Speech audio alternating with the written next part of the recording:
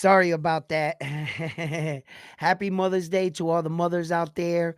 Um, may you have a blessed day and a joyful one. Um, and Shouts out to all the mothers out there. I had the mic thing off, didn't I? Yeah. Let me know if you guys can hear me loud and clear.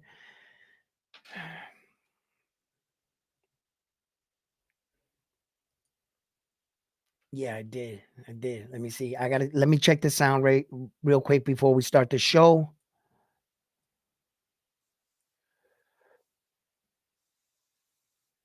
Okay, good. Good. I could hear it.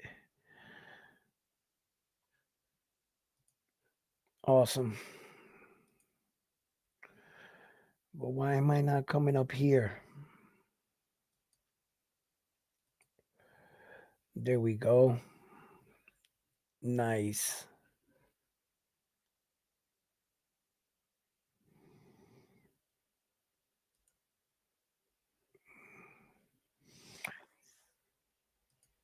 All right.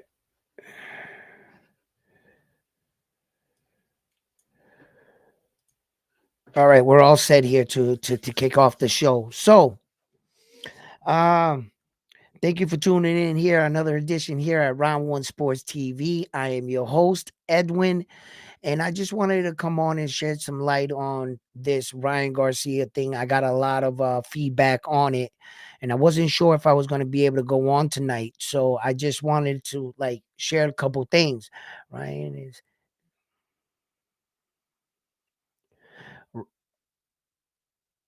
Ryan is innocent. I don't care what anyone says. Fuck anyone says. Okay, we're gonna talk about that exactly, right? First of all, I never came on and made a video and said that Ryan Garcia was either guilty or innocent. No. What I did was I painted you a picture with all the things that are being presented. The good side was first and then the bad, as you can see. But a lot of people seem to have watched a part of the video and they assume that they saw what I was talking about. Those are the kind of people that accuse the people that are doing their homework, right? Lazy people. They're the most dangerous people in the world, right?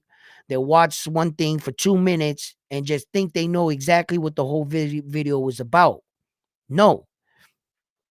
First of all, there's a video circling right now on YouTube with Ryan Garcia's father, right? And he had it with his YouTube channel, Mill City, right? In which, in that video, the first like few minutes of the video, Ryan Garcia's father talks about the exact thing that I brought to my video. And you could see the stamp lines on both videos. My video was first. And it was the exact thing I was saying, that it is no longer a case whether Ryan is guilty or not guilty. That's not where we're at. Where we're at is what kind of suspension they're going to give him. Why? Because the Boxing Athletic Commission's rules and regulations for all previous athletes that have done this in the past, are the rules that are in place, that the athlete is responsible for what comes into his or her body, period. If you had any questions about these vitamins, anything, send it in to us. We'll test it and we'll let you know if it's okay for you to use it. Now, that it does not admit guilt or innocence. It means that you are going to be penalized. That's what that means. Now, under the statute of guilty or innocence, a couple people said in my stream, right? How could you have something in your system and have no benefits from that drug? If he had something in his system, well, then he had to have benefit from it, right? Okay, I disagree. Why? Here we go. If a person was to sniff cocaine on Friday and on Sunday they was to test him, he would test positive for cocaine. Would he have had any of the effects from the cocaine he sniffed on Friday night? No. But would he have tested positive for the cocaine? Yes. He wouldn't have felt any of the effects on the day they tested him. He just popped dirty. That's a drug that on the day they test you, you had no, you didn't use that day, but you're gonna pop dirty. That doesn't mean it had an effect. That's how drugs work. Now, what I'm saying is, okay, I'm not qualified to sit here and tell you that I know everything about steroids. That's not my field. I can't speak on that, but I know who can. A fucking a steroid expert. And you know who they're going to call in? A steroid expert. When this is all said and done, that guy is going to be able to determine what he had in his body and how much did it benefit him. We're all waiting for that. All I did was paint the scenario of how this shit's going to be presented. Now, it's up to you to deem him a cheater or not a cheater. Now, I had told you, listen, there has been cases in life where someone ingested something unintentionally and they popped for it. It doesn't mean that you were a cheater, but they can determine if you were cheating. Now, let me get something very clear here off the rip. That way you all understand what's going on, right?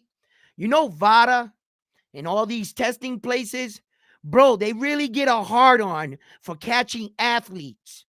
In their office, in their world, there's nothing better than put an athlete on your trophy, their head on your wall. You were the agent that proved that he was cheating. These guys are not on your side. These guys are not trying to let Ryan Garcia cut him loose. The agent that was assigned to Ryan Garcia's case from the New York Boxing Association is trying to bag him. That's like a cop. I'm bagging another cop. Yo, they get hard-ons for that. These VADA people, yo, bro, they love going on the microphone and putting athletes out there. Those are their trophies. So I want to get you right now. If you think VADA's going to be like minimize it to say, no, they're going to say what it is. If he had any benefit from this, it's going to come out. It's going to come out. And the only way, and people said, how does this guy know what the B sample is going to be if they haven't even released it yet? Bro, duh. The A sample and the B sample were taken at the exact same time. He's just asking him to open up the B. Whatever's in the A is going to be in the B.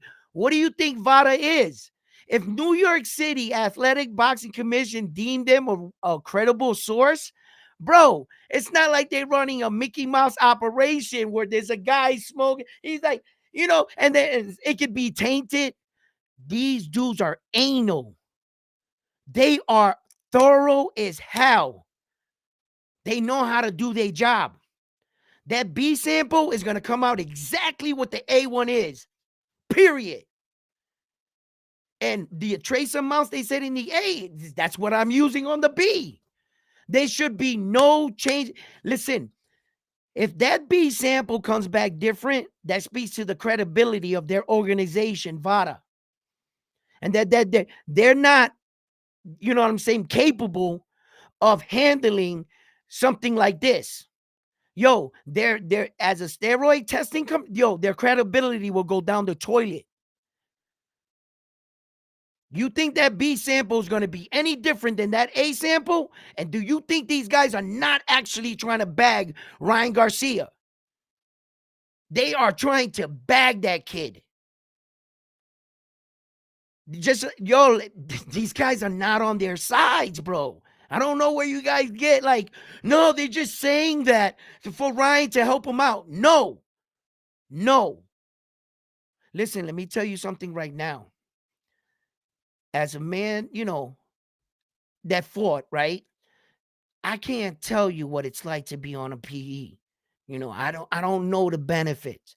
No one's ever really been honest and told me completely. I've only heard like stories on YouTube from other athletes that share, but anybody like close to me like that, nah, I don't know it, right? But what I'm trying to say is the way I think, okay, something can get you stronger, something can make you a little faster, eye-to-eye coordination, depending on what he took. But for what he took was kind of for like strength, for like muscle, whatever, right? Okay. I I, I fought big muscle dudes. I knocked them right out. That's not what happened in that ring. Ryan Garcia, what I'm trying to say is he still had to put his punches together. Devin Haney's training, listen, you have to understand what occurred. Regardless, you could take away a little bit of power from Ryan Garcia. Let's just make them even. But let's talk about the performance itself. You mean to tell me that Devin Haney knew about Ryan Garcia's left check hook? So all he talked about, let's remember, you're in the gym, you're training. Ryan Garcia's check hook. The first round, the first attack, he hit him with a left check hook and hit him right on the mark. What the fuck were you preparing for? Regardless of anything else, you got to take into account Devin Haney's performance. How did he get caught with that left check hook when he knew it was coming? The entire world tanked everybody. Then he didn't.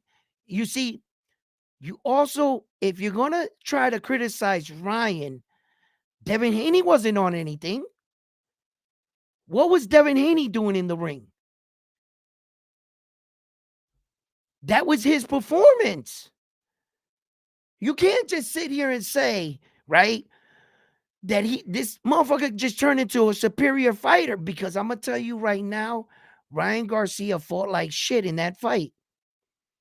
Yo, he was doing the back, whatever that's called. I guess we're going to call it the new Philly shell Ryan Garcia, where you turn your back and you let the guy hit you in the back, right? But I know where that came from. It's the same side that Tank Davis hit him on, that he said he had them 2 fractured ribs. Ever since Tank Davis dropped him by that body shot is where all of a sudden, out of nowhere, he started doing that back thing. But he only covers that side. He's like this. He lets you hit the other side, but he shows up on that side. And I started noticing, I said, Ryan Garcia got a problem with those 2 ribs still. Yeah, they never probably healed right. He's in there sparring, somebody hit him. Then he probably didn't get time to heal right. And ribs are tricky. I've had a couple fractured ribs. They're tricky, man. It takes a while to heal. I remember it took over a year, for my shit. Yeah, because you're always doing something. So it's not, unless you're really laid up, which I doubt Ryan Garcia was. And then all of a sudden, out of nowhere, he's all the time like this. And then he'll go like that, right? But what I'm saying is, to shed light on this, Ryan Garcia's father went on social media and said that he's going to start a movement of sorts to fight the very thing that they've already informed him about, meaning it doesn't matter at this point. Ryan Garcia is guilty because he had the stuff in his system. And Ryan Garcia's father says that's a bullshit ass rule. But what Ryan Garcia's father is not taking into consideration, all the people that cheated for real and try to get away with it by disguising it like they drank it on accident. Meanwhile, the test results are off the chart. He's got enough fucking PEs in him to get all 3 of us strong, right?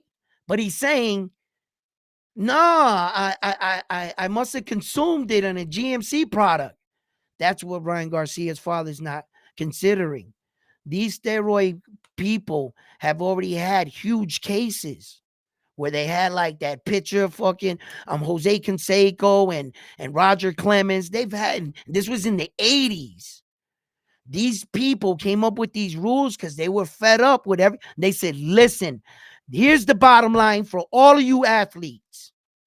And we're going to announce this, and we announce this every year. That's why VADA has a website that you can go on there every day, and there's lists of shit. They're still fucking saying, nope, you can't use this. You can use this. Nope, this is no good. This, because they got shit where it's like a roll-on, right? It's like a roll-on PE. And it's like an ointment. You could just rub it on your fucking muscle nowadays. Bro, they got some shit for your ass, right? So the website, they got fed up with all that shit, and they said, you know what? You guys are responsible for whatever goes in your system, because at the end of the day, at some point, you had to consume or inject or rub something on you. So you got to be aware. They're telling you, if you don't know where that bottle came from, don't drink out of it. If you don't know about these pills, send them in to us. So I'm trying to alert the public. I'm trying to alert you. He will be suspended. He's going to get suspended. That's not good. Listen. Look, I want to see a world where he doesn't get suspended, right? Check it out. You mean to tell me the message you're going to send to the rest of the athletes in the world, if your name is Ryan Garcia, you can pop positive but get no suspension. And the second theory is that the B sample mysteriously is going to come up different, which is going to ruin the credibility of VADA, right? Okay. Then the third theory, right? That Ryan Garcia is going to prove where it came from.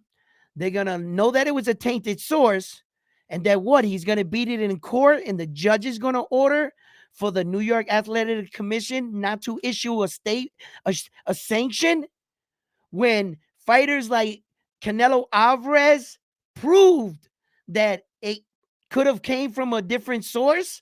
So the only thing they did was lower his suspension, but they didn't take the suspension away. So if they didn't take it away for Canelo Alvarez when they found him innocent, and they didn't take it away from that's what I'm telling you. And then when you hear this, what are people going to say? Well, then if they suspended him, he's guilty. He had that in his system. And I'm saying to everyone, look at it through your own eyes. Are you saying it by anger or whatever? If you can honestly say, if it truly comes out, the steroid expert guy, now remind you, it's not like Ryan Garcia can go out and hire his own steroid guy. No, that's going to be given to by the court. Whoever the investigators are, they're going to have their own separate entity guy. So this guy is on no one's side. He just wants to bust somebody. So whatever that professional says is pretty much who's going. He's got all the degrees, and he's going to come out and he's going to tell you exactly what was up. And at that moment, it could go either way. The guy can say, hey, Ryan, you know what? You're a fucking cheater. You had so much of that shit in you. You were Superman on that night. He's a fucking cheater then at that point, right? Okay. But if he comes back and says, Ryan Garcia has so low trace amounts that it was impossible for him to have any benefits off that drug, then what are they going to say? Then it's up to you to determine whether or not, he's a fucking cheater, right? But I'm going to tell you something in life. If you can honestly sit there, you know what I'm saying, and say that you've never been accused of something in your life you didn't do, and to this day they think you did it, can you honestly say that they should call you that thing? Do you think you deserve it? Like you did everything in your power to prove where this came from. Like I'm saying, these steroid people, they're not gonna take bullshit for an answer like that. When these other guys, I don't care how their lawyer teams prepared it, Saul Canelo Alvarez, or what the fuck he did, right? But he proved it in court. And I guess that's what counts, right? So, but maybe Saul was telling the truth. That's a possibility. You know what I'm saying? So look, Is there a way you can have a drug inside of your system and not have no effects? Yes. If you was to sniff cocaine on Friday and they was to test you on Sunday, you're not gonna be geeked out on Sunday taking a urine test. No, you're not.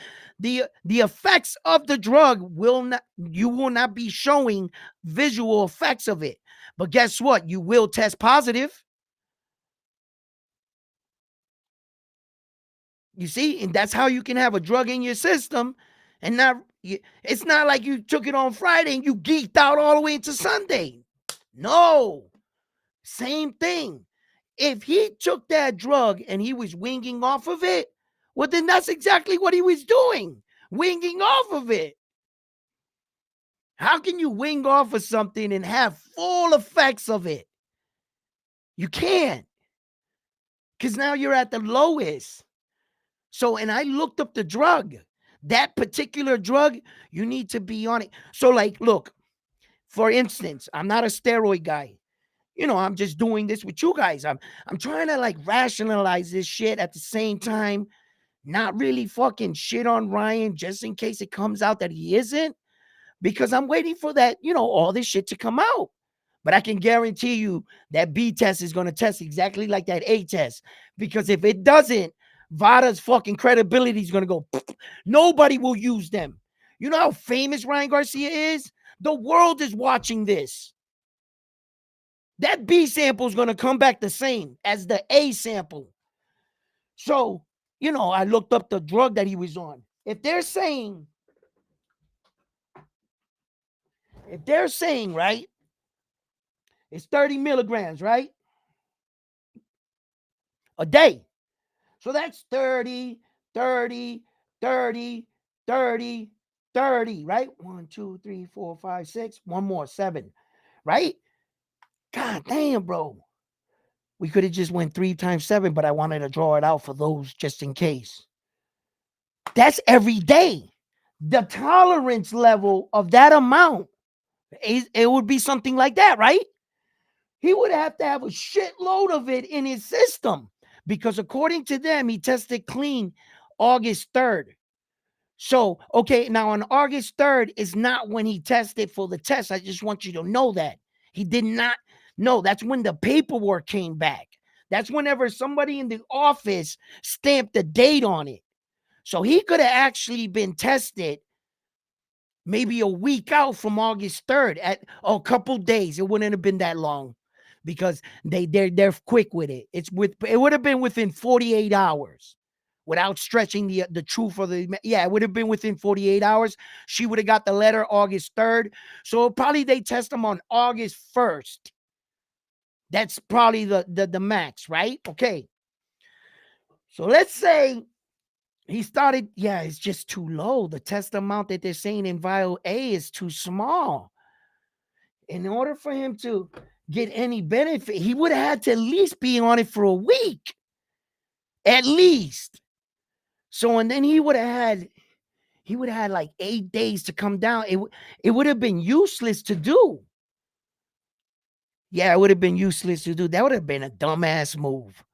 If he did some real dumb shit like that, because if you would have tested in August and you were clean, why would you do it to already be winging off? Yeah. In order, when athletes like, let me see, I don't want to shit on somebody, but a definite cheater, like they came out and said, this motherfucker had so much steroids, right? Like I want to use someone for an example, and that's what it's all going to come to. That's it. These guys are not looking to help Ryan Garcia. They're not. They're trying to get a trophy on their wall. The man in that office that can prove Ryan Garcia is a fucking cheater, in the steroid fucking world, I got Ryan Garcia's head on my wall. You're the man in the office. You're like, bro, I got pretty boy. Them dudes, they like stay true. They're not on your side. They trying everything to bag this kid. Trust me when I'm telling you.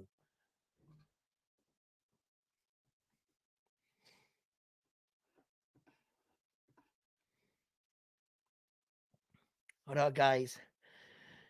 Let me answer some of your I haven't had time to read all these messages, but I'm gonna throw them up.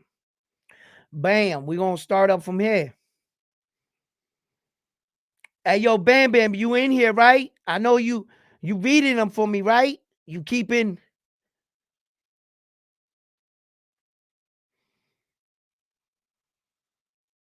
Shout out to all the mothers out there today. May you have a blessed day.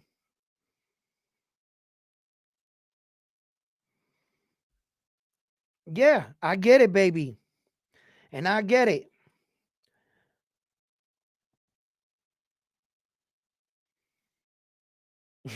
Let's be honest, Haney had the ref. Hey, listen, I saw the other night when I was looking in the Loma fight that the black ref was the same ref in the Loma fight, that it was the same ref in the Ryan fight. Yeah, that ref was the same referee, and between Devin Haney and Loma, it was the ball-headed dude.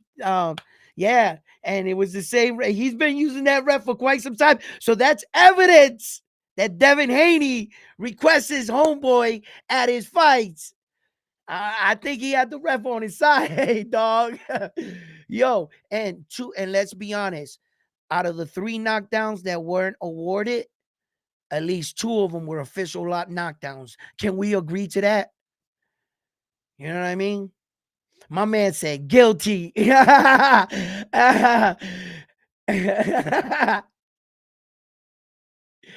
Yo, come on, man.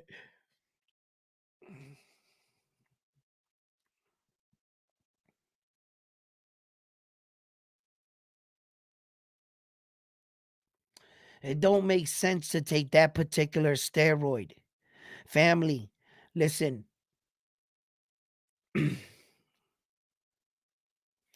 Listen, forget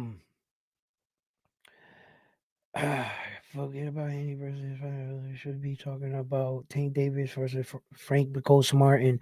We're gonna talk about that right in a second, and we're gonna talk about the Lomachenko everything right after this. We're getting right to it. You know how we do here around One Sports Talk. You know what I mean? But let me break down something for you guys here too, right? Um, look, uh, I've been around the game for a long time, right, guys? And I gotta be honest with you. What's up? I gotta be honest with you guys. There was a lot better PEs Ryan could have did. There's fast acting PEs too, that like in 24-hour acting, and there's a solution to try to get like clean from that. The type of PE he was called for is like one of these ones that's so common that usually the manufacturers are like making PEs, and then they're like, then now put this in, and then other bottles, and they got like 400 cases they got to do, and no one's really cleaning the cylinder or the tubes. It's just they just getting this shit out, and that kind of happens. So it goes to show you how low grade the PE is. When you get that serious fire shit, you're just usually getting it like straight from, and but the PE he got called for, I gotta be honest, man, that for a kid in his situation, he, he, he I don't see why he would have used that. That's why I'm even leaning more on the side that, bro, he had to get this by contamination. Like, seriously, if they say he had enough in his system, or that they can prove he was like winging off of a cycle, because when you off of a cycle, you need another to do that. So he's also going to test positive for that. They're going to test the levels. Yeah. Sometimes when they catch athletes, they never actually catch them on the steroid they were on. What they usually catch them it for the drugs that they're using to come off. And the only reason why you would have that particular drug in is because you're coming off of a cycle. You understand? That's how they do that shit. So he would have to have that shit in his system too if he had any intentions of not getting caught.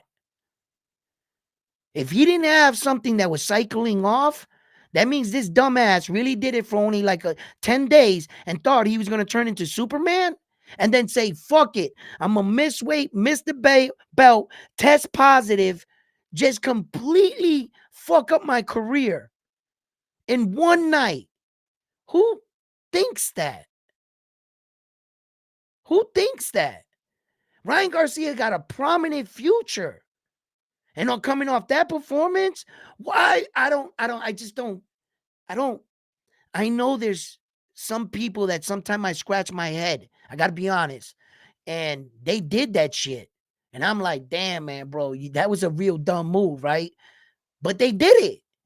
So all I'm saying is that yes, when that steroid dude finally get down that testing shit, just be know that they're gonna try to put Ryan out there. Whatever they finding is, it's gonna be that. Trust me when I tell you.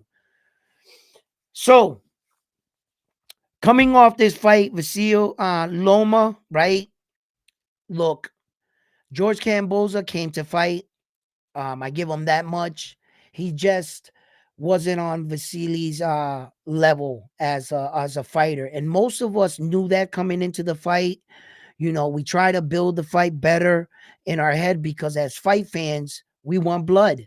You know, we want to be entertained. You're damn right. You know, I'm sitting there watching a fight. I want to see some action, right?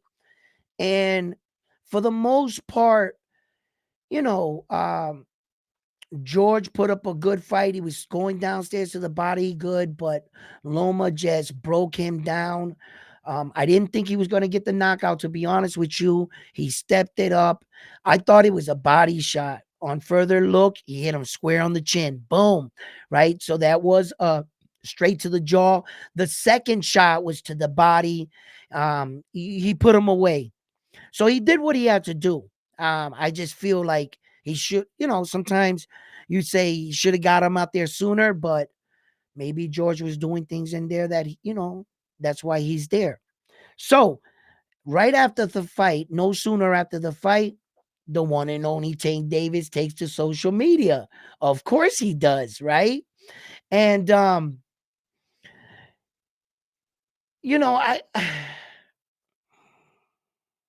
I heard both sides. I heard some people say is Tank Davis cloud chasing? Is he trying to attach himself to try to sell or promote his fight against Frank Martin there? And I really don't think that's the case. You got to understand that Tank Davis is already Tank Davis. Tank Davis is going to sell out because he's who he is already. Tank Davis doesn't have to. So I think Tank Davis is actually staking his claim. I think we're finally going to get that fight between Tank Davis and Lomachenko. I think we are. I think that it could happen now that Loma's the newly acquired IBF champion, right? I was sitting back and I was thinking, will Shakur Stevenson fight Tank Davis? Could they fight first? Because I know that Shakur wanted Loma for a long time. Not right. I think that Tank Davis should have fought Vasily 3 years ago. Absolutely. I feel that way. Right. But now we're here. We can't cry over spilt milk. Let's get these fights going right here. So let's put it up. Let's put it up and let them see the videos. Yeah, the people are asking for this fight. Who would you like to see if Tank Davis is successful against Frank the Ghost Martin? Because the more I look into Frank the Ghost Martin, he looks focused, he looks ready. And let's just keep this in mind. This is boxing and anything can happen. So, look, who would you like to see in a good world? Let's just say for a second. I don't want to hurdle over Frank the Ghost Martin because I don't want to be disrespectful because Tank has him in front of him. I believe that that's the man we should be talking about, and that's the man that Tank Davis needs to be focused on, but that's for Tank Davis to do. Okay. I'm media. I cover stuff. So I can go and talk on about future fights. Okay. So in a good world, who would you like to see Tank Davis come up against? Would you like to see him fight Shakur Stevenson first, or would you like to see him against Loma? You know, one of the biggest fights coming up right now, which is May 18th, this Saturday, we're gonna have the crowning in one way or another of undisputed heavyweight champion. Now, I believe it's been like 24 years and some change, or 25. My math might be a little off around there, since we had a heavyweight champion, undisputed heavyweight champion. And although I like Usyk in this fight, I just think that Tyson Fury is a massive of a man, and he hasn't given me any other reason why not. He's the natural heavyweight in this fight. Uzyk's been in the division for quite some time. He's made some title defenses. I think he's well acclimated to the heavyweight division by now. um, let's see what happens. But every time I thought the Gypsy King was gonna lose, he won the fight. Yeah, yeah. So my boxing mind wants to tell me Usyk, because it's like, and there's a little boxer in the back of my head saying, "Come on, Edwin, you know Usyk is a lot more skillful than Tyson. You know he has a better selection of punches. Okay, like, come on, right?" But I don't think that that's what this fight's gonna be about. So uh well, if that listen, if that version of Tyson Fury comes in that ring that fought Francis Ngannou, he's done. He's done. I believe if Usyk was to fight Tyson Fury on that night, Usyk would have beat that version of Tyson Fury. Absolutely. Absolutely. But whenever I think that Tyson Fury is like, you count him out type shit, that motherfucker rises, bro. He does. He thrives off shit like this. So let's see what happens. It's real interesting. I think that that's a 50-50 fight. Usyk is the heavyweight champion with the most belts. So I like that fight in a lot of ways. It's going to be very interesting, to watch and see play out. Um, Frank Martin and Javante Tate Davis, I'm expecting a lot from this fight, to be honest. To be honest with you, um, there's a part of me that doesn't even want to talk much about this fight, because, like, I like Tank Davis, and I feel like I start, if I really like, just like, you know, I mean, look, I've always been an advocate for Tank Davis, on the fact that I don't believe we've seen the best version of Tank Davis. And that's been my assessment throughout his career. I've seen flares of what the man can do, but in moment situations, or him seeing an opening and taking the opening, um, there was no more of the fight left. The night was over, and I didn't get to see more of him, right? But there's moments in fights that he does shit in that ring that I was like, yeah, that was some high ring level shit right there, Tank Davis. So, and I know that when he started blimping himself up to 140, he was really, you know, uh, when you do that, I think you dull down some of your skills. And if he was able to do that at 140 and look like that, imagine a prime ready Tank Davis. And that's where I'm getting my, I'm just like, shit, if this man was to really stay focused and stay in the gym and stay in shape, like, what the fuck would he look like? Because this is him fat. He had no abs against Mario Barrio. And I was like, look how his face looked. Yo, it was round like this. I was like, man, he's gonna get his ass kicked. And boy, he was amazing. So I was like, if he can do that, like, man, come on, man. I just know it. I just know it. So, being the fact that Frank the Ghost Martin, what he presents to me and to a lot of people I've talked about, it's going to be a more athletic approach. Frank the Ghost Martin is going to be, I think, betterly athletic than any fighter that Tank Davis has come up against in even recent times. I think shit in his last 10 fights. There's not going to be too many people. But Frank Martin, he has like this stiff kind of like style where that he looks kind of stiff and slow in the beginning, but he starts to unravel when you saw him against Michelle Ali. Now, Michelle Ali is a good puncher. At times, he's a great technician, counter puncher. And Michelle Ali Rivera that dude can box, bro. That dude is fucking pretty good. You know, he falls asleep at some points in the fight and he makes some mistakes that sometimes you can't recover from, but you know, uh, that's the fight business. You know what I'm saying? That's boxing. But Michelle Ali can box, bro. Okay. So if Frank the Ghost Martin was able to maneuver around those kind of punches, he's a real threat. He's a real threat. Now, how his punch fares against Tank Davis's punch, that I gotta see. I can't know that answer until they're in the ring actually slugging it out. If all of a sudden I'm seeing in the fight that fucking Tank Davis is hitting him, and every time he's hitting him, he's moving Frank back, and then every time Frank hits him, Tank's like poof and coming forward, then I'm like, we've seen that in fights. Okay. I gotta see how strong they are. Once Frank the Ghost Martin starts to pop off type shit, right? Like um then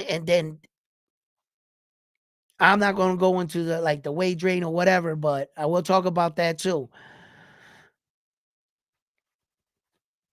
Look, but once you can start like he starts like opening up, that's when I gotta see if Frank, his punches can affect Tank in a way that, Tank's like shit. Look, Ryan Garcia was, he was adding to it, right? But it was true. When I went back and I watched that Ryan Garcia fight against Tank Davis, when Ryan Garcia caught Tank Davis, that he gave him that bruise to the face, that's the punch I'm talking about. He hit him. Boom! Bro, the expression on Tank Davis's face changed in that moment. And Ryan Garcia was like, you can see the bitch. But, he's exaggerating, right?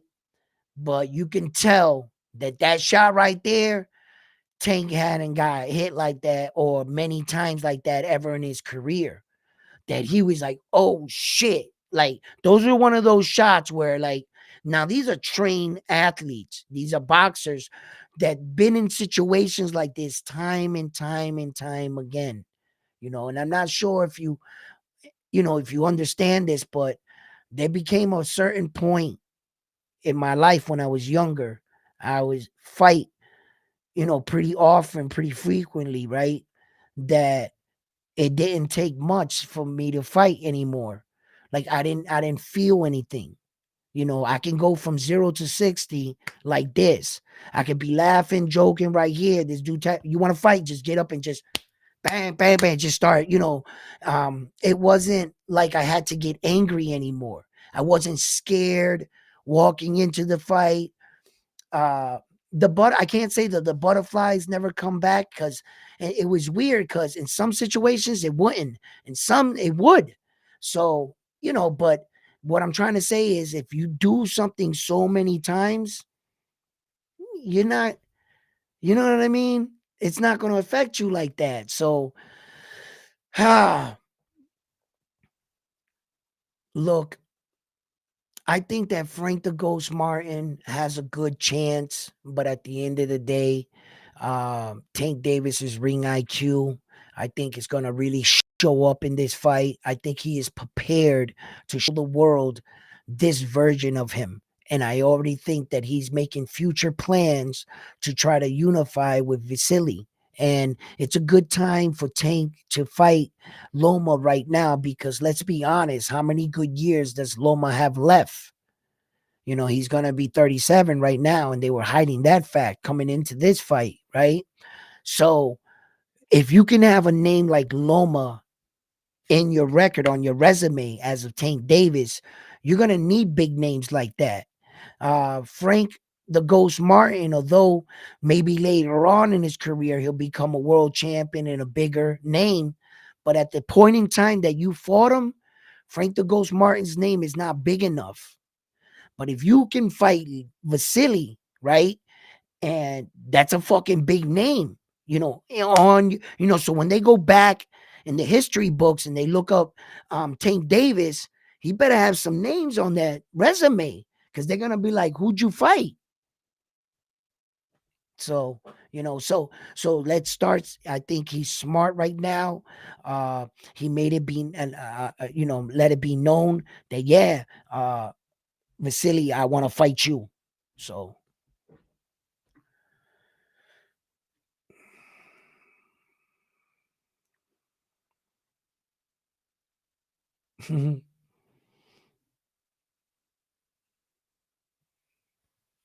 yeah, you don't. Why? You know what I'm saying? Why would you want to like prolong this fight anymore? Loma's on a fucking high, and he has a belt. Capitalize on that shit. Yeah. So this is probably Loma's last hurrah on trying to accomplish his dream, which is Loma's dream is trying to unify to become undisputed world champion. And as you can see, that's not an easy task. A man such as skilled as Lomachenko has never achieved that. You see? And when you got fighters like Terrence Crawford that's doing it twice, it just goes to show you on what level he's on. You know? Yeah.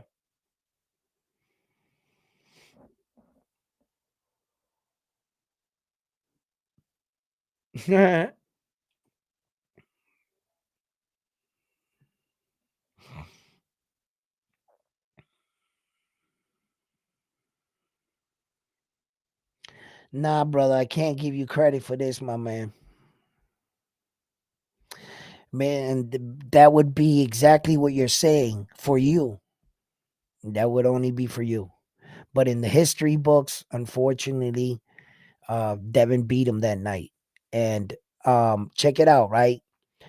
Um, Public enemy number one. Check it out, my man. We all know this going into a fight. You know this, brother. Use reasoning that if Lomachenko had the four belts and Devin Haney was coming in as the challenger, right? And the fight played out exactly the way it played out. We changed absolutely nothing. Absolutely nothing in the fight. Going into the fight, we know that if you do not definitively beat the world champion, they're going to give Loma what we call the champion's nod. Devin Haney would have not won that fight. Loma would have won that fight if he came in the fight with all four belts because the fight was too close. So they're going to award the champion. The champion's not. What was Devin Haney's fault? Letting it go to the scorecard. If Devin Haney is fighting Loma in Ukraine in his backyard, because that's the exact situation, just flipped around. Remember, Loma fought Devin Haney in Las Vegas.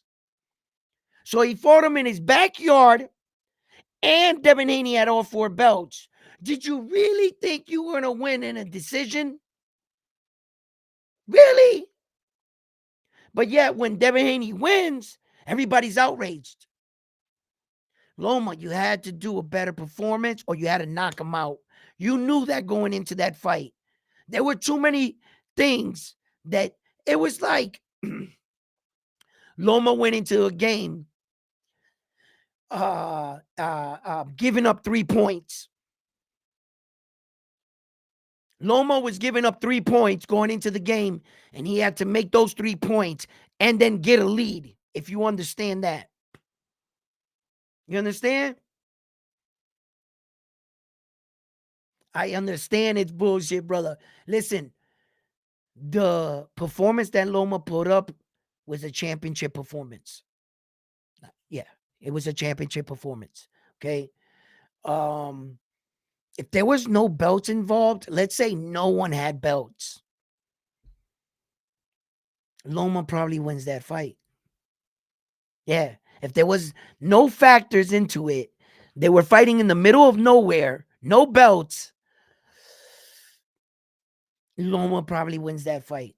He probably does. It was that fight was pretty close, but if they're not giving Devin a couple extra points, backyard, all belt, yeah, Loma might win that fight.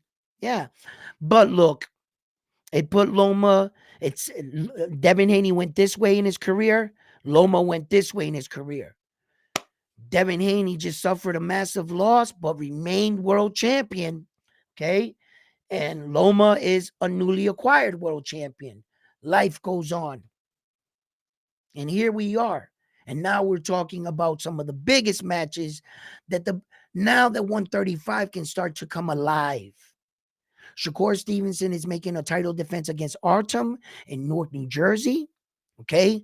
If he's successful against him, Artem is a real live dog. You know what I'm saying? And with Shakur Stevenson's last performance, he's got to do something, right? Am I right? Am I wrong? Did I say something wrong? Do you guys want me to judge Shakur Stevenson for 3 fights ago or something?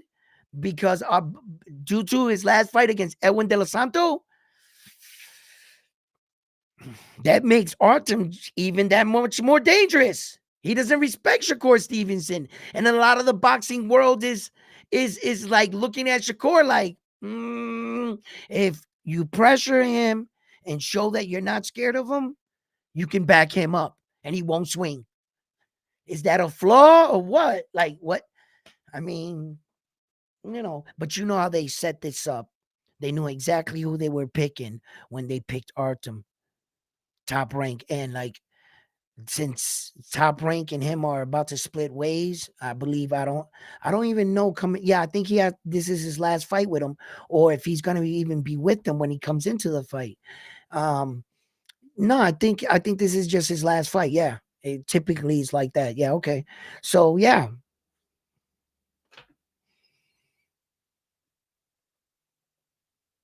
Can you guys do me a favor and just smash that like button? Absolutely. Yeah, man. But I look. What is he saying over here? I got another live stream chat here too.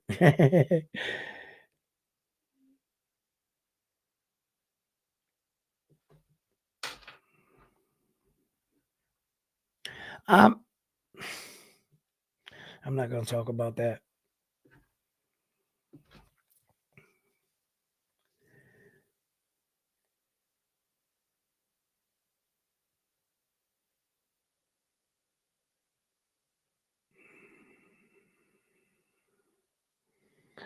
Keyshawn Davis has a bright future, my man, if he could keep his head on straight. Keyshawn Davis is another prime example of what I talk about when we talk about the way we view our American boxers and our athletes in America. The stereotype of having that facade outside of the ring, wearing the fur coats, the gold chains, having the entourage, the women, and the allure that some of these athletes buy into it too much. They don't recognize that that's part entertainment, but that you got to stay focused in your sport. Time and time again, I've seen my favorite athlete coming up, and he didn't get beat in the ring. Life beat him. Drugs, sex, and rock and roll took him out of the equation. And Keyshawn Davis popped positive for marijuana, and he was taken off the card. And that's money he lost. Whatever money he stood to make on that night, that's how much that blunt was worth. I hope. Because that's how much money he just lost. He has to keep his head on straight and learn not to buy into all these other things. You see, in boxing, it's truly a lonely man's sport. In order to be a superior fighter, you have to live, breathe, eat, shit your sport, your craft. You shouldn't have any time to go out and hang out with your favorite celebrity. Trust me, you'll have time to do that when you in your career such a decorated champion, they're still going to want to hang out with you. They'll be there. Just stay focused. And every time I see fighters like Keyshawn Davis, their next fight, they got glasses on. The next one, they got a little gold chain. The next one, the chain is bigger. The entourage is a little bit bigger. And they think that by taking this all on, that it would give the image that they were him, right? Instead, trying to pursue that image, some of them wind up on drugs, in jail, dead, because of chasing that same image that they thought. So, look, this sport is unforgiving at times, and it could be life-saving for other people. It's truly up to the athlete of how they conduct themselves in and out of the ring. And to the men and women that set the right examples and understand that whether they want it or not, I don't want to hear, I didn't ask to be anybody's role model. Okay, you didn't ask to be anybody's role model, but you don't have to act like a dick on the camera. So if you don't want to be good, don't hurt it. Don't be out there doing all this stuff because you know the media is on you. It's like that cop that pulls you over when you're a celebrity drunk. It's not like back in the 1988, not the early 90s, where the cop would like follow you and bring you home. No, now they're getting like their rocks off if they can get on YouTube and be the cop that holds you in, that slapped the cuffs on you. He knows that cop is going to get thousands, if not millions, of views and likes for that. He ain't letting that star go. You know that you're always, you, you're the spot of attention. So I don't want to hear that. No, I didn't ask for this. Well, you kind of did when you chose to be an athlete and as good as you are. You know, if you're not going to be that, don't hurt it. And you know like I said, to the men and women that I believe should be shown their respect and they should be viewed as the face of boxing, are the men and women day in and day out doing it the right way, in and out of the ring. So that when I take my son and I say, son, look at this guy, the next day he's not on social media seeing him with a beer and a girl that's not his wife and doing some things he shouldn't be doing. And he's like, Dad, this is what I want to be. And I'm like, no, that's not what you want to be. So we got to be careful sometimes. And our American champions, man, man, I hope them all success, every one of them. And Boo Schuster Carrington is coming up. Camille Moulton, fighters like that. I would love to see Camille Moulton have a full healthy career to see how far that kid goes. He looks pretty good, nice and polished right now. He has a basic on fundamental, and I think he's well above average for a kid his age at 17 years old. Are you kidding me? Right? I don't think he's just gonna go in there and just start knocking off some of the great champions right now, but that would be ridiculous to say. Allow the kid to blossom. Allow the kid to have his own career, to set his own pace and have his fights at his own time. But these guys want to start talking him out. The next fight that Camille Moulton comes out, he knocks this guy out. Someone in the media is gonna come out and put a mic and say, I think you think you can beat Terrence Crawford? That's exactly what they're gonna do. You know how these dirt bags are. They're gonna try to set that kid up real quick to see if I can beat Terrence Crawford. Oh, he said it. Like, you know what I mean? And these interview guys don't care. They know that he's a young kid. They can catch him off guard, cameras in his face, and you never want to admit, like, and then they'll word it in a way that he can't say no. So you're saying you're scared to death of Terrence Crawford and you would never fight him? No, I would fight him. Up there it is. You see, they'll word it in a way that they'll fucking hook, line, and the poor kid.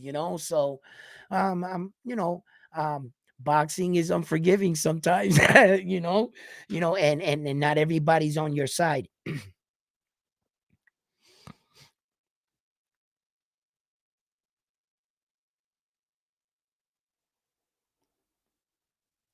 I I respect your text message, and that is 100% fact in some cases, but it doesn't always translate to the greatest fighter in the world, per se. But yes, absolutely.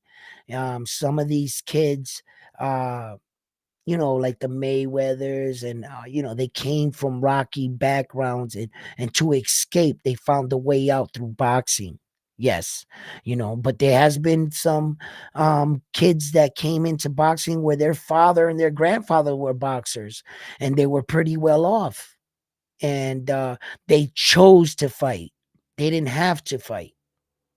They weren't poor. They weren't fighting for to survive. They were fighting because they loved it and they wanted to be just like their father, and then they were a boxing family.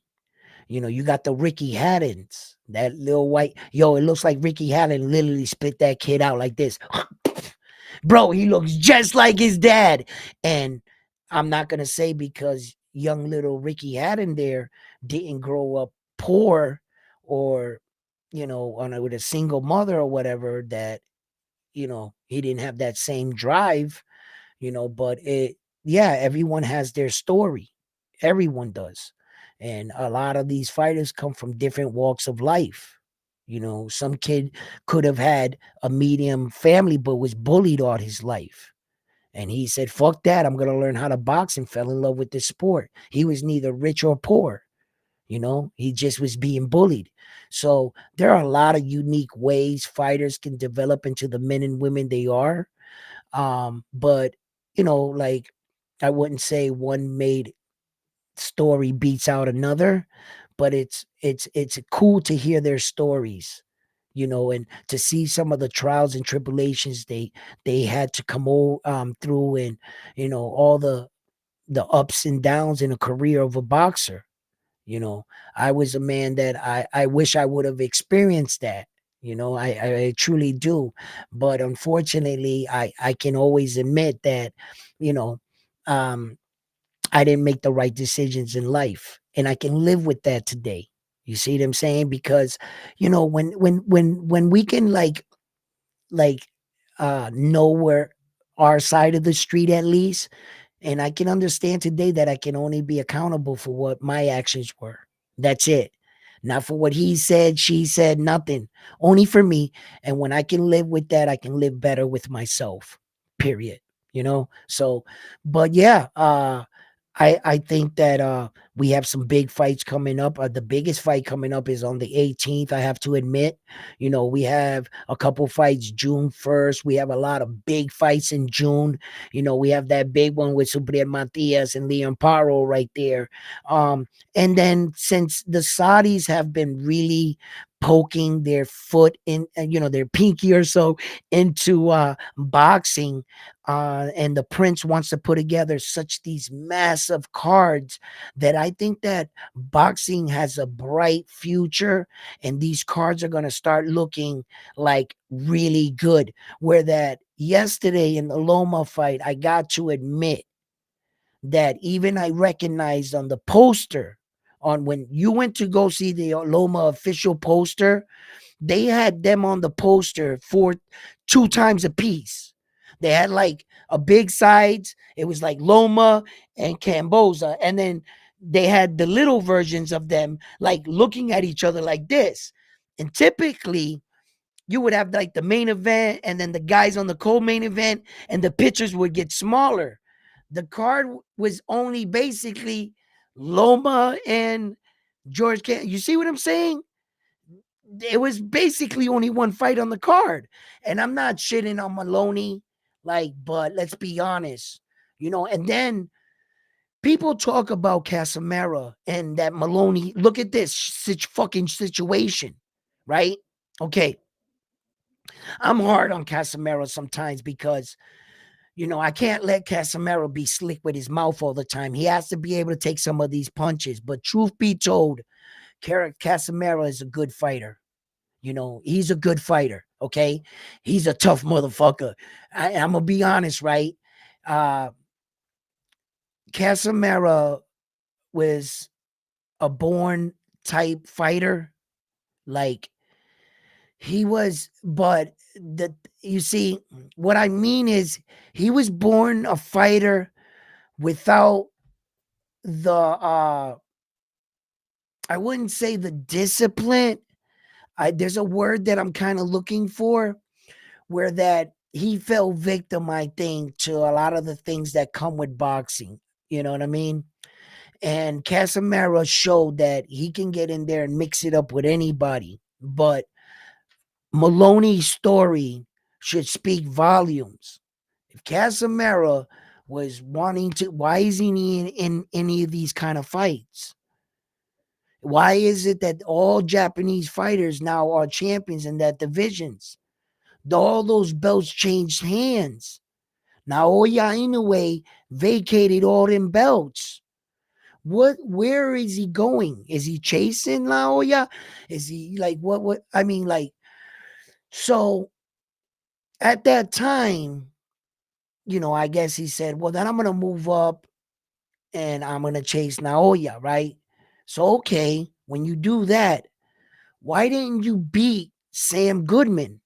Why didn't you beat MJ? Why didn't you beat Luis Pantera Nari? And that makes me question it. Like, okay, look, the Casamero Naoya fight was a fucking big fight in once upon a time. It was a big fight. It was a fight that I thought needed to be made. I thought there was a point in time I said, Naoya anyway can't leave the division unless he fights fucking Casamero, bro. He's got to beat him, bro. Right? But their careers took two different turns, and Naoya Inoue passed him by so far that in order to catch him now, I was like, shit, I don't think he's going to catch him. But what I will not let you do is disrespect the man in your sport, Casamera, by the things that he would have accomplished. Imagine, Casamera, if you were that champion and you had some asshole saying exactly the same thing he's saying about you in your title run. Would you think, Casamera, I would let that guy talk about you like that? Our decorated champion? You really think, like, Casamera, if the foot was on the other foot and the Japanese were talking, bro, I'd be talking shit about that Japanese dude. I wouldn't let him disrespect you. Because by words, you prove nothing. In this sport, you got to prove it with these. Talk is cheap, homeboy. There is no way, because you're funnier, you got the more craftier jokes, that awards you what? If the shoe was on the other foot and Casamero was the champion and this Japanese dude was talking on the side, bro, I would get on, I'd be all over that Japanese dude. There is no way I would let him talk about our champion like that. He represents boxing. You are the sanctioning body's champion. The world does not say on those belts, world champion. Am I missing something here? You are the world champion, not just your home country. Okay? So I wouldn't let him do it to Casamera, and I'm not going to let Casamera do it to him. But some people might take that like, oh, he's showing favoritism or shitting on this dude. No, I'm not. No. I'm just truly respecting our champions. I won't let Floyd Mayweather, a decorated champion, a fucking legend, a GOAT that has more voice than I'll catch him one day, hopefully. That's my dream, that I get a boxing voice as big as his, right? But here's a man that can say something that can change some shit in some circles. In some circles, nobody gives a fuck what he says. But I'm gonna be truthful with you. He has 7 million followers for a reason. 7 million. Okay? So yeah, he says something, he could change some shit. Okay? So, I'm not gonna let Floyd come on and try to rock homeboy right here, right? Because what? Because he says so? No, I wouldn't let Floyd do that. I asked Floyd in the most humble way, Floyd, what the fuck are you doing? You do realize that this is a guy representing the sport you love. And I understand in the sense of competition, he's not an American fighter, and Floyd's real competitive on that shit, right? But at the same time, Floyd, let's try to beat him in the ring, right? Not not destroy his credibility or his legacy. There's other ways of destroying a man, And Floyd goes, "Oh, he's on steroids." You know how many people would just take that and run with it and not ever question it again because Floyd said it? He knows exactly what he's doing. You know what I mean? So no, but look, in this game, it's a dog eat dog world. And if you think everyone's happy that he's doing what he's doing, you're sadly mistaken. Yeah, a lot of these guys here, they like keeping their legacies. So, but what I say is, if you're gonna beat Terrence Crawford, if that Russian thinks about beating Terrence Crawford, if that Ukrainian or that whoever thinks about being Terrence Crawford, yeah, it's American against them competing for a world title. That's competitive boxing. But there's another way to beat Terrence Crawford. There are other ways. Don't give him the fight. Deny him of rightfully so being a better champion. Not letting him achieve what his skills would have really took him. You can beat Terrence Crawford that way. And at the end of the day, you can make sure that he didn't become the kind of champion he should have been because of all politics. And what I'm saying is, politics aside, man, let's see if he can do it. Beat him on the up and up. Don't try to stop him. Don't stand in his way. If you say your guy can beat him, let's find out. Legitimately. That's I would like to see that. Because Terrence Crawford ain't getting no older, and I can't expect him to beat out Father Time. So if he's gonna make this run for a third weight division, this is his first shot at one of the belts. And if he's successful against Israel right here on that one, Terrence is when he says something, he puts his mind to it. He's going for them other 3 belts. You better fucking believe it. But they can try some fuck shit with him, and the other champions can duck him. And that's what I mean. Let's not stand in his way. Other champions, come on. If you really think you know what I'm saying, let's see how far his skills can take him. Yo, and just let you remember, if Terrence Crawford pulls that off, first American to unify in 3 separate weight division. That goes under our right there. Right? So, come on, man, right? So, yeah, and like Tank Davis got to win that belt against Frank the Ghost Martin to ceremoniously be awarded his title in the ring. Because according to many, he's not the super champion yet. He didn't beat anybody, right? And then Jerron Boots Ennis is in the same similar category. Jerron Boots Ennis got to beat this guy, and his fight is coming up now too, right? When was the Jerron Boots Ennis fight scheduled? I know I had already looked that up. Let's see. The Jerron Boots Ennis is July 13th. You know what I'm saying? He's going to be fighting Crowley.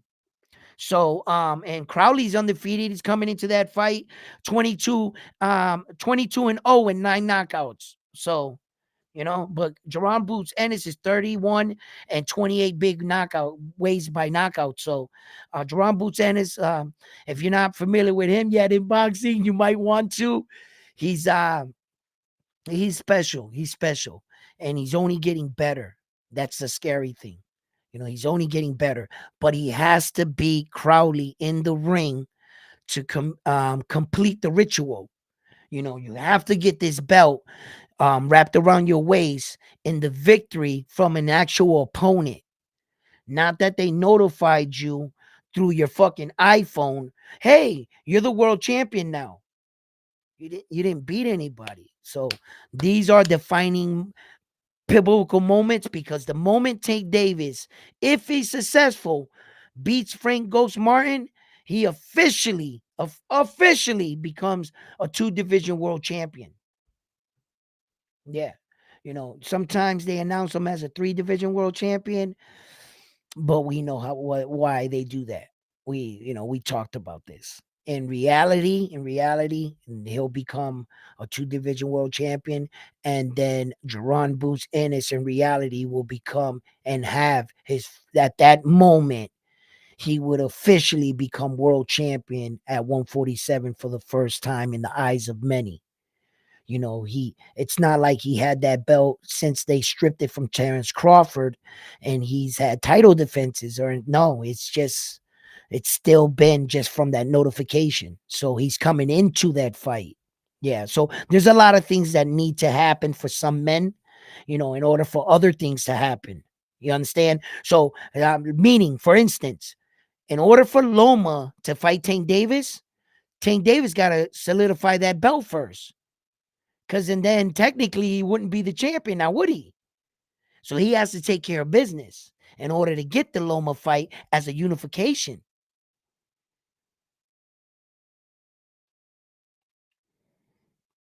What are you guys talking about? You gave him the day off? He gave him the day off, Bam? Yo.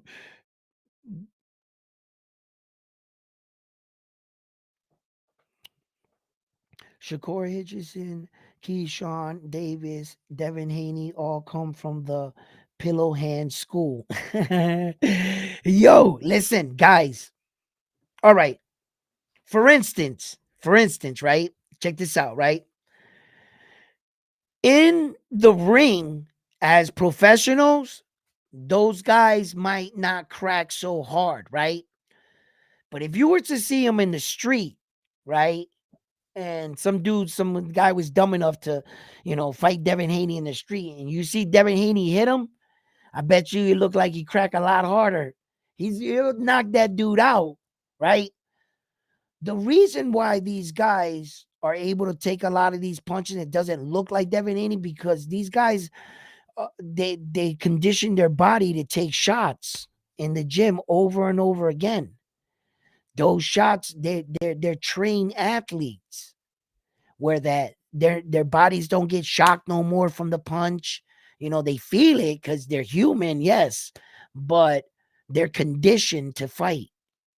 Yeah. So Devin Haney might be cracking hard, but these dudes are pro boxers. They can take a punch. That's what they conditioned, work 10 years, 15 years for. Day in, day out, boom, boom, boom, boom. That you've built this kind of man. But if you was to take Devin Haney and you was to put him against your average Joe, Devin Haney will rock that dude with one shot. Because you're not built for it. You're not training every day. You might think you're like, man, I'm the shit. I'll get up, I'll fuck that dude up. Yeah, you and him might be even. Both of you don't train, equal playing field. Yeah. Yeah, it'll be a good fight. But you fuck around and fight against a fucking real professional boxer, and you happen to punch him in the face and he's just looking at you. And he's like, okay, it's my turn, right? This dude is like trained to take face punches all day, every day. He eats those. You coming out the couch, cold, fresh from 12 years of relaxing. Bro, he's going to put your jaw over here. It's gonna wrap around your head. I'm trying to tell you, man. I've seen it. I can't tell you from a gym like us walking home or later in life. I've seen guys that were in the gym training in a club and what the guy in the gym looked versus the guy in the club. Bro, it's just it's, and that guy that's in the gym, right? He's probably a bum in our gym. He's probably our bum, basically, shining on you. It happens, bro. And we're beating on this dude every day, but it's because they're trained. That's it. So yeah. So sometimes when you think Devin Haney is as pillow fisted as he is, he's cracking. He's cracking, right? Because I saw the marks on Lomachenko's face. I saw it on Regis Progress's face. When Regis Progress got out of that fight with Devin Haney, he looked like a woman took lipstick and gave him kisses everywhere on his face. Those were all his knuckles. And Regis Progress is just trained to take punches and, he's a fucking pro. Yeah, but if Devin Haney did that to anybody else, like an average man, listen, fucking Devin Haney cracks hard. Yeah. No, it just, they gotta step it up. I gotta admit, Devin Haney needs to like really learn better how to sit down on his punches in the right moment. I think he doesn't know exactly when to do it. I think he tried to sit down on his front foot when he tried to exchange with Ryan in that first exchange. And rather than feeling out Ryan's speed to get him to reveal his speed to you, Ryan was, showing him a little bit like that. But I mean, I found that really, really, really, really bad. And it can only bring my boxing IQ to one thing. Devin Haney fell for that Ryan fucking meltdown leading into the fight. When Devin Haney told him, I don't think this kid's taking the fight seriously. At that moment, a lot of people were like, and myself were like, man, I think he's in Devin Haney's head. Got him right there. And I think Devin Haney was like, man, I don't got to train for this dude like that. I don't need to devise. I know how to fight. Me knowing how to fight, period. I just got to stay in shape. That's it. I stay in shape. I'll whoop Ryan Garcia's ass because it didn't look like he was working on anything. Ryan Garcia, all you got is a check hook. First round. Left check hook. Oh, bro, how the fuck did he land that check hook when that's was his game? Like, your hand should have been glued right here. This motherfucker was right here. Like, I don't know. And then knowing that the check hook comes in, when you prepare to throw your jab, you're throwing your jab with that in mind.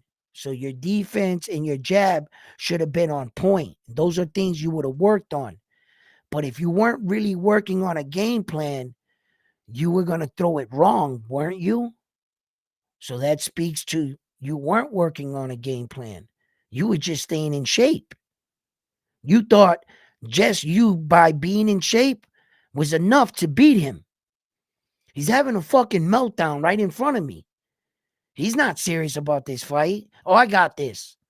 And he went out there and now everybody thinks that Devin Haney got exposed. He didn't get exposed per se. He got a rude awakening. Right? And he never recovered and he got his ass whooped. But is Devin Haney still a skilled fighter? Yeah, he is. Yeah, he is.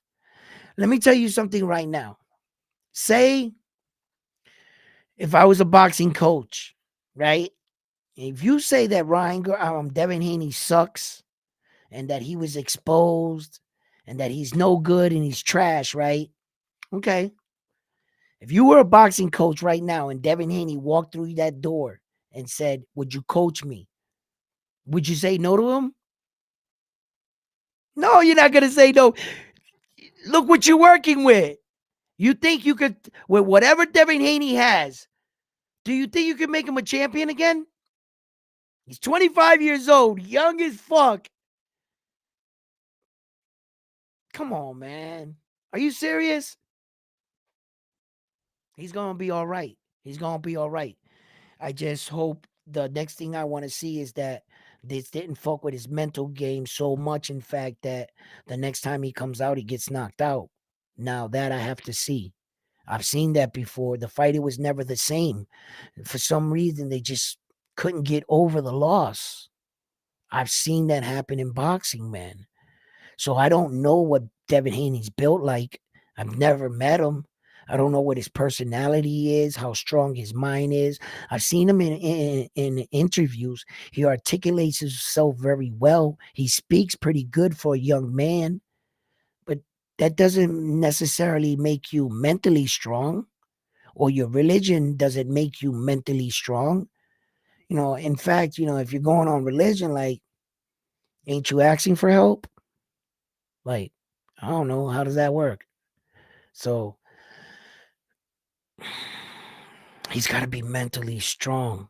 He's just got to embrace the loss. Stop making excuses for it, and put yourself together and back in contention for, trying to get that respect back in your division, and then try to go for the unification on some of the guys there. It's up to him. It's at the end of the day, it's up to him, you know. So yeah, yeah, same one. Same one. Like, what the fuck were you working on? Guys, like, you got to be honest. You also got to take, all the PE things, all the excuses, everything, but you got to be honest with yourself. But what was the dog doing? You know what I mean? Like, you know what I mean? Like, in a sense, what was the other person doing? You know what I'm saying? Like, um, I have to take Devin Haney's performance on that night into consideration too. It was a factor in the match.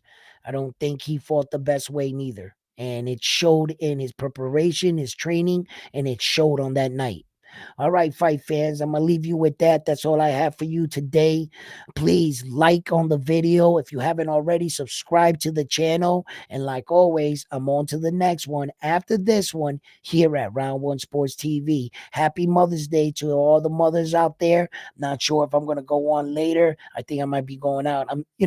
Who knows where the night we end up. You know what I'm saying? So, from us to you guys from Round One Sports Talk,